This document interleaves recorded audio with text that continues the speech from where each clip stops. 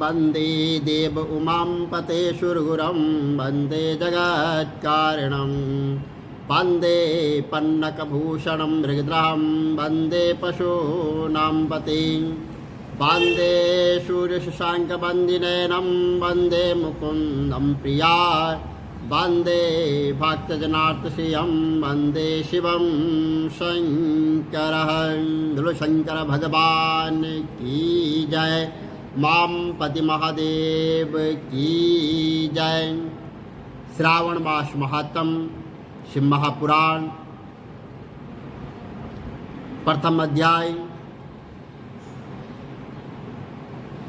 सनौक जी ने श्रुति से पूछा कि हे माँ बाग, आपके मुख से अनेक मैंने आख्यान सुने हैं और मुझे तृप्ति नहीं हुई है, फिर भी कुछ सुनने की इच्छा बढ़ती है, जिसके सुनने मात्र से मेरी अनंत श्रवण करने की इच्छा न हो, ऐसी कोई कथा कहिए। तो सूत जी ने कहा कि आप सब मुनिगण सुने, आपके कहने से मैं प्रसन्न हूँ और आपके लिए मुझे कोई भी वेद गुप्त नहीं है। दम रहित होना, अशक्त बुद्धि होना, शक्त न होना, परमात्मा में भक्ति होना, सुनने की इच्छा होना और नम्रता से होना, ब्राह्मण भक्त होना, सुशील और स्वभाव होना, धैर्य होना, पतिव्रता और पवित्रता होना, सत्यवान और तपस्वी होना और दोष रोपण रहित होना, ये 12 गुण श्रोता में कहे गए हैं। ये सब गुण आप लोगों में ही है और इससे मैं जो है प्रसन्न हूँ और आपसे तत्व के मैं बातें करता हूँ। एक बार ईश्वर ने सनत कुमार से कहा कि हे सनत कुमार, सुवर्त के ब्रह्मा के पुत्र आपकी सेवा भक्ति से प्रसन्न है। मैं आपसे अत्यंत गुप्त बात कहूँगा। 12 महीनों में मुझे जो है अत्यंत जो है प्रिय और श्रावण महीना मुझे बहुत ही प्रिय है कि जो श्रावण मास का महात्म्य सुनने योग्य हो और हो जाने के कारण जो है श्रावण मास का नाम पूर्णिमा को श्रावण नक्षत्र योग के हो जाने से मास का जो है श्रावण नाम ऐसा नाम कहा गया है। श्रावण नाम आकाश के समान स्वच्छ हो जाने से नाभा नाम कहा। उस मास के धर्मों की गणना करने के लिए भूमि पर कौन सामर्थ्य हो सकता है, जिसके संपूर्ण फलों को कहने के लिए ब्रह्मा हुए हैं और जिस श्रावण मास के महात्म्य को देखने के लिए इंद्र हुए। भगवान अनंत ने जिनके फल को कहने के लिए 2 सहस्त्र जहाँ धारण की, अधिक कहने से क्या है, क्योंकि इस मास को देखने तथा कहने की किसी में भी सामर्थ्य नहीं है। हे मुनि, अन्य मास इस मास की कला को भी नहीं प्राप्त कर सकते हैं। संपूर्ण मास व्रत रूप है और सारा जो है श्रावण मास धर्म रूप है। इस महीने में कोई भी दिन व्रत शून्य नहीं देखा गया है। इस मास में सब तीर्थ व्रत वाली है। और सनत कुमार ने कहा कि हे भगवान, आपने जो कहा कि इस मास में कोई भी दिन व्रत शून्य नहीं है, इस महीने में तिथि भी व्रत शून्य नहीं है। हे श्रेष्ठ, उसको आप मुझसे कहिए कौन तिथि में कौन व्रत था, किस वार को जो है कौन सा व्रत करना चाहिए, उस व्रत का अधिकारी कौन होता है और उसका फल क्या है, विधि क्या है और किस किस ने इस व्रत को किया है, उद्यापन विधि क्या है, देवता कौन है, पूज्य कौन है, पूजन सामग्री क्या है और प्रधान देवता क्या है, इसके बारे में मुझे बताइए। और जागरण विधि क्या है, किस व्रत का कौन सा समय है, ये प्रभु आप मुझसे कहिए। श्रावण मास कैसे आपको प्रिय हुआ, किस कारण से पवित्रतम कहा गया है और इस मास में कौन अनुष्ठान करने योग्य है, हे प्रभु मुझसे कहिए। आपके सक्षम मुख से और मुझ मूर्ख को प्रसन्न करने का कितना ज्ञान हो सकता है, पूछने से जो रह गया है वह मुझसे कहिए।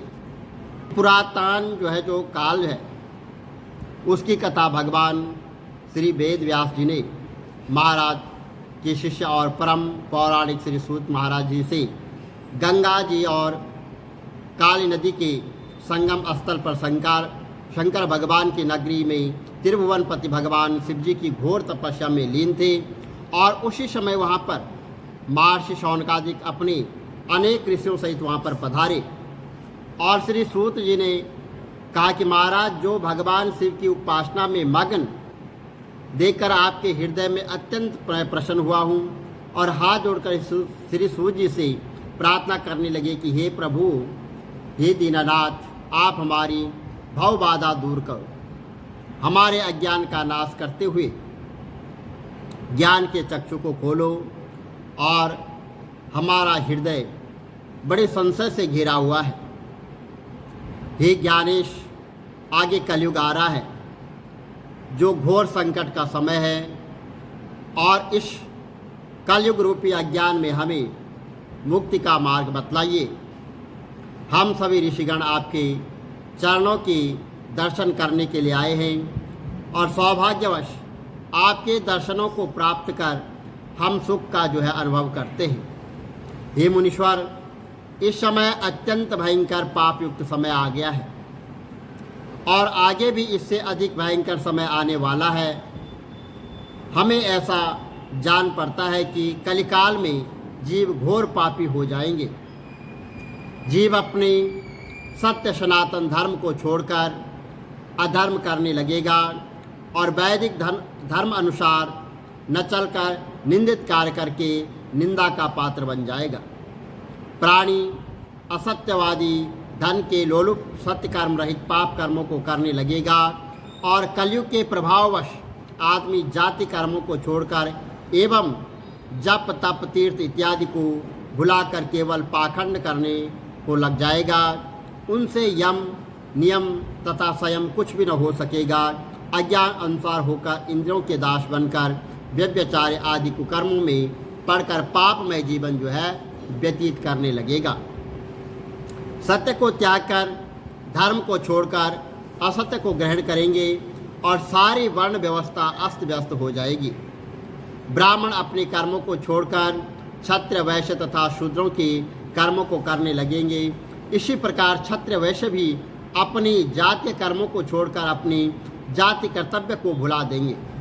ब्राह्मण वैश्य क्षत्रिय, ब्राह्मण शूद्र वैश्य, वैश्य क्षत्रिय बनने का दावा करेंगे। कहने का तात्पर्य यह है कि सभी वर्ण अपनी जाति कर्मों के विमुख होकर अधर्म आचरण को अपना लेंगे और घोर पाप कमाने लगेंगे।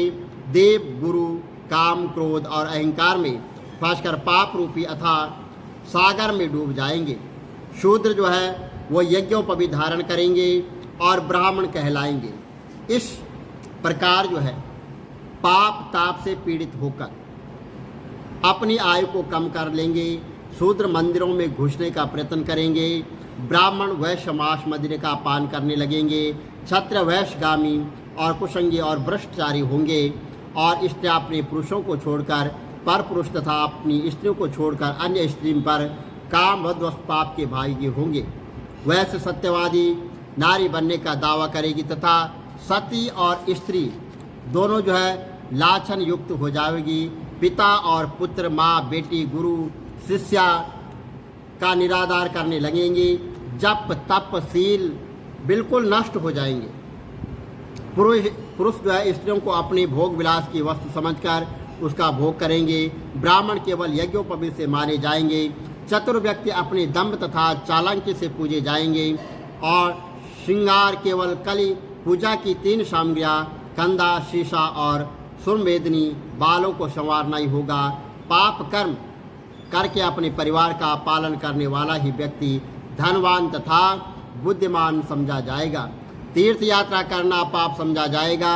इस कलिकाल में आसुरी प्रभाव सज्जन पुरुष चिराग तले मिलना भी कठिन होगा।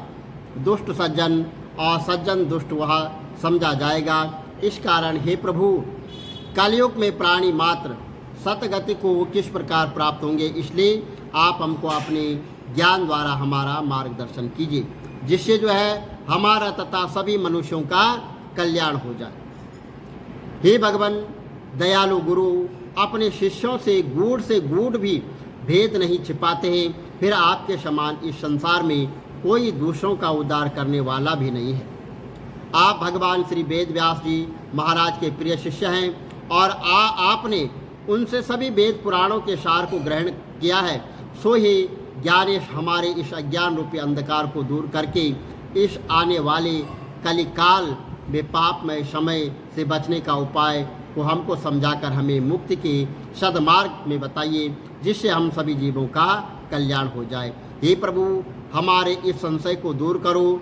तो ऋषियों की बात सुनकर जो है परम पौराणिक श्री सूत जी महाराज अत्यंत प्रसन्न हुए और थोड़ी देर तक भगवान श्री शंकर जी के चरणों का ध्यान धरकर शौनकादिक ऋषियों के कहने लगे कि हे वह शौनकाद तथा अन्य ऋषि, आप धन्य हैं जो आप लोगों ने त्रिलोक के जीव हितकारी अति उत्तम प्रसन्न मुझसे किया है। सुनो, मैं आप सबके सम्मुख भगवान श्री शंकर जी की वह कथा कहूँगा जिसके श्रवण करने मात्र से ही कलिकाल में वे सभी पाप नष्ट हो जाएंगे। भगवान श्री शिव का यह चरित्र परमार्थ कारक और वेदानुसार है। भगवान श्री शंकर जी के चरणों में प्रीति रखने वाला कलिकाल के सभी पापों से मोक्ष पा जाता है। मस्तक पर भस्म लेप करके भगवान शंकर जी के शिवलोक को प्राप्त होता है। इनको नमस्कार करने वाला व्यक्ति पुत्र और पौत्र के सुख का भागी होता है। हे ऋषिगणों, आप सब ध्यानपूर्वक सुनो। मैं आपके सन्मुख त्रिलोकपति भगवान शंकर की यह कथा कहता हूँ, जिसके श्रवण मात्र से ही कलिकाल की सारी व्याधा ऐसे नष्ट हो जाती है जैसे गर्म तवे पर पानी की बूंद नष्ट हो जाती है। भगवान शंकर का यह चरित्र कलिकाल के सभी पापों का नाश करने वाला है। भगवान शंकर के चरणों में प्रेम करने वाला इस भूमंडल में अनेकों पापों से मुक्ति पाकर मोक्ष पा जाता है। उसका यशगान करके लाखों मनुष्यों को परम पद की प्राप्ति होती है और भगवान शंकर के जो है भक्त ब्रह्मघात, हिंसा, मदिरापान और व्रत तोड़ने इत्यादि के पापों से विमुक्त हो जाते हैं। अतः प्रत्येक मनुष्य को चाहे कि इस संसार को दुख का रूप जानकर भगवान श्री शंकर जी का ध्यान करें। कमल के पत्ते पर जल के समान शिव भक्तों के पास पाप जो है वह नहीं ठहरते हैं। शौनकादिक ऋषिगण परम पौराणिक श्री सूत जी महाराज के ऐसे वचन सुनकर हाथ जोड़कर बैठ गए और ऋषिगणों की ओर से शौनकादिक जी ने प्रश्न किया कि हे भगवान जी, निर्गुण रूप कैसे है वह आप हमको समझाए कि भगवान शंकर जी ने इस संसार चक्र की रचना क्यों की तथा वे स्वयं कैसे उत्पन्न हुए। क्या संहार अथवा प्रलय के समय भगवान शंकर कैसे अवतारण जो है धारण करके वे अवतारित हुए तथा क्या कार्य करते तथा वे अपने भक्तों के बस में होकर कैसे भक्तों का कल्याण करते हैं। हे भगवान, आप गुरु कृपा से भूत, भविष्य तथा वर्तमान तीनों कालों के विषय में पूर्ण ज्ञानी हैं और हमारे माता पिता व गुरु आप ही हैं। इस संसार में आपके समान कोई दूसरा संयम आदि नियमों का पालन करने वाला नहीं है और अपने भगवान से सभी कुछ श्रवण किया है और सौभाग्य आपसे हमारी भेंट हो गई है। बिना सौभाग्य के आपके दर्शन दुर्लभ हैं। हे प्रभु, आप कलिकाल के पापों को नष्ट करने वाली भगवान श्री शंकर जी की परम पावन कल्याणकारी तथा कथा जो है सुनकर हमारे इस जीवन को सार्थक कीजिए। हे पाप मोचन, हे जगतपति, हमारा इस संकट से उद्धार कीजिए। बोलो शंकर भगवान की जय। श्री कमल नेत्र कटी पीताम्बर अधर मुरली गिरधरम मुकुट कुंडल कर लुट किया सामरे राधे वरम श्रीकूल यमुना धेनु आगे सकल गोपियं के मन हरम पीत वस्त्र गरुड़ वाहन चरण शुक नित सागरम करत केल कलोल निष्ठिन कुंज भवन उजागरम अजर मार अडोल निशल पुरुषोत्तम अपरा परम दीननाथ दयाल गिरधर कंस कुशहनम गल फूल माल विशाल लोचन अधिक सुंदर केशवम बंशीधर वसुदेव चायो वाल चल श्री वामनम जल डूबते गजराक लीनो लंका चे जो रावणम सप्तदीप नव खंड 14 भवन कीनो एक पदम द्रौपदी के लाज राखे कहाँ लो उपमा करम दीननाथ दयाल पूरण करुणमय करुणा करम कविदत्त दास विलास निस्तिन्नाम जप नित नागरम प्रथम गुरु के चरण बंदो यश ज्ञान प्रकाशितम आदि विष्णु जुगादि ब्रह्मा सेवते शिव शंकरम फिर कृष्ण केशव कृष्ण केशव कृष्ण यदुपति केशवम फिर राम रघुवर राम रघुवर राम रघुवर राघवम श्री राम कृष्ण गोविंद माधव वासुदेव श्री वामनम मत्स्य कचवाराह नरसिंह पाई रघुपति पावनम मथुरा में केशव ब्राजे गोकुल बाल मुकंद जी फिर वृंदावन में मदन मोहन गोपीनाथ गोविंद जी धन्य मथुरा धन्य गोकुल जहाँ श्रीपति अवतरे धन्य यमुना नीर निर्मल ग्वाल बाल सखावर नवनीत नागर कृत निरंतर शिवितर मन मोहितम कालादितट करत्र कीना बाल अद्भुत सुंदरम ग्वाल बाल सब सख विराज संग राधे भामनी वंशवट दट निकट यमुना मुलिकिटेर सुहावनी भज राधे विष रघुवंश उत्तम परम राजकुमार जी सीता के पति भक्तन के गति आधार जी जनक राजा पनक राके धनुष बाण चढ़ा वही सती सीता नाम जाके श्री रामचंद्र प्रणामहि जन्म मथुरा केल गोकुल नंद के हृदय नंदनम बाल लील पतित पावन